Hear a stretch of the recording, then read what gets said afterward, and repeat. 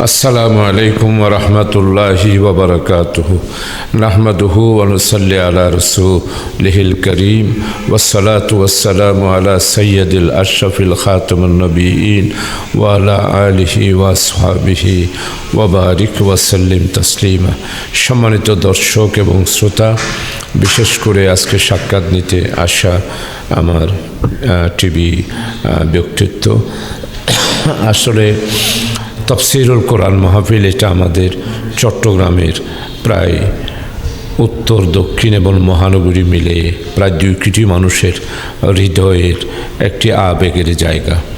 দীর্ঘ 27 বছর আল্লামা হযরত শহীদ দেলওয়ার হোসেন সাইদি রহমতুল্লাহ আলাই, উনি দীর্ঘ 27 বছর এই মাহফিলে 5 দিন ভরে এক নাগারে 2.5 ঘন্টা ধরে তফসির করতেন। আজকে সেই তফসির মাহফিল 2007 সাল থেকে বন্ধ হয়ে আজ পর্যন্ত আমরা 2024 সাল পর্যন্ত করতে পারি নাই। আপনারা জানেন কেন করতে পারি নাই, কেন বন্ধ করা হয়েছিল। আসলে তফসির মাহফিল তো কোনো রাজনৈতিক প্রতিষ্ঠানও না, রাজনৈতিক কোনো মাহফিল না। আল্লাহর দেওয়া, আল্লাহর মানবতার মুক্তির, আল্লাহর দেওয়া আসমানি কিতাব, এটার উপরেই তফসির হবে, জনগণকে দাওয়াত দেবে। 18টা বছর এই মাহফিলটা বন্ধ ছিল। তো আলহামদুলিল্লাহ আজকে বৈষম্য বিরোধী ছাত্র আন্দোলনের ফসল স্বাধীনতার পূর্ণতা লাভ করেছে 37শে জুলাই। আমার ছেলেরা, আমাদের দেশের প্রায় 1583 জন দামাল ছেলে, 124 ছেলের রক্তস্নাত 5ই অগাস্টের পরে একটি নতুন অধ্যায় শুরু হয়েছে, নতুন বাংলাদেশের যাত্রা শুরু হয়েছে। বিশাল একটা গণ অভ্যুত্থান হয়েছে, যে গণ অভ্যুত্থানে 18 কোটি মানুষের সমর্থন রয়েছে।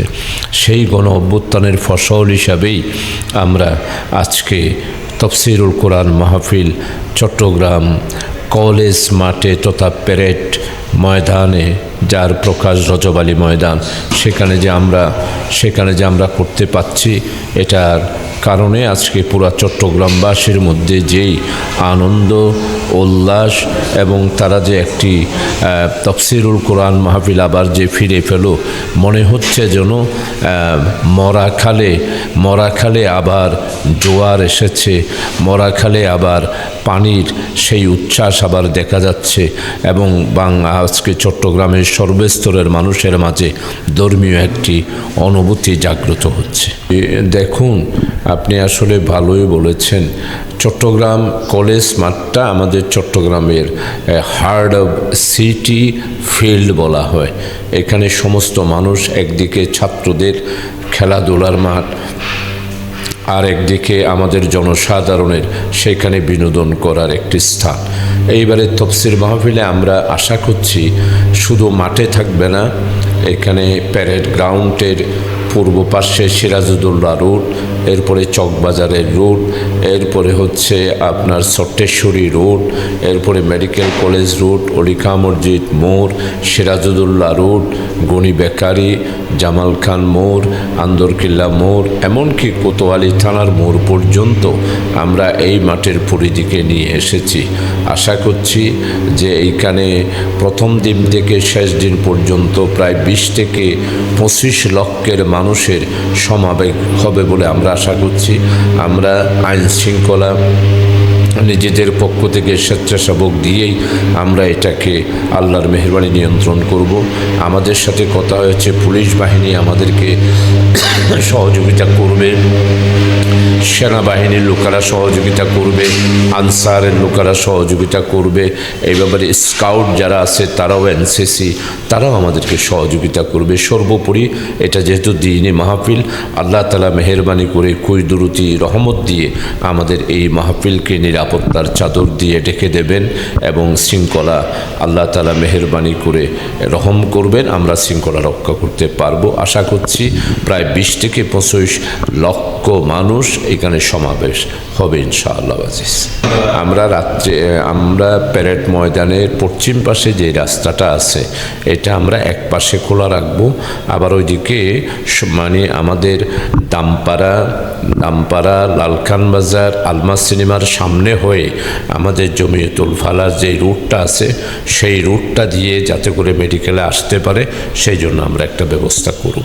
যে আমরা মহিলাদের জন্য চট্টগ্রাম মহসিন কলেজ মাঠ, কাজী আলী হাই স্কুলের মাঠ, এরপরে আনিকা কিশোরালয় এবং ওই রুটটা আমরা মহিলাদের বসার শোনার আমরা মাহফিলের সৌন্দর্য রক্ষা করে তাদের সেখানে প্যান্ডেল এবং টয়লেট এবং পানির ব্যবস্থা আমরা আল্লাহর মেহরবানি করেছি। আমরা এবারে সাংবাদিক আমাদের ভাই এবং বন্ধুদের জন্য আলাদা একটা স্টেজ করতেছি এবং সাংবাদিকরা ওইখান থেকেই তাদের সব কিছু যাতে করে নিয়ন্ত্রণ করতে পারে। পাবলিকের যেটা স্টেজের দিকে মানুষের আকর্ষণ স্বাভাবিক, এই জন্য আমরা স্টেজ আর সাংবাদিকদের দূরত্বটা বজায় রেখে মানুষের যাতে কষ্ট না হয় সেই জন্য ব্যবস্থা করছি এবং সাংবাদিকদের জন্য আলাদা ব্যবস্থা করব। আসলে আমরা এটাকে এত নিয়ন্ত্রিত করতেছি যাতে করে 9:30টার আগেই আমরা মাহফিলের সমস্ত কাজকর্ম ক্লোজ করে দিতে পারি। এই জন্য আমরা বক্তা বেশি রাখবো না, আসর থেকে মাগরিব বক্তা, মাগরিবের পর থেকে বক্তা, বাস 2টা বক্তা দিয়েই 2 ঘন্টা 2.5 ঘন্টার মধ্যে আমরা আমাদের মাহফিল শেষ করতে চাই।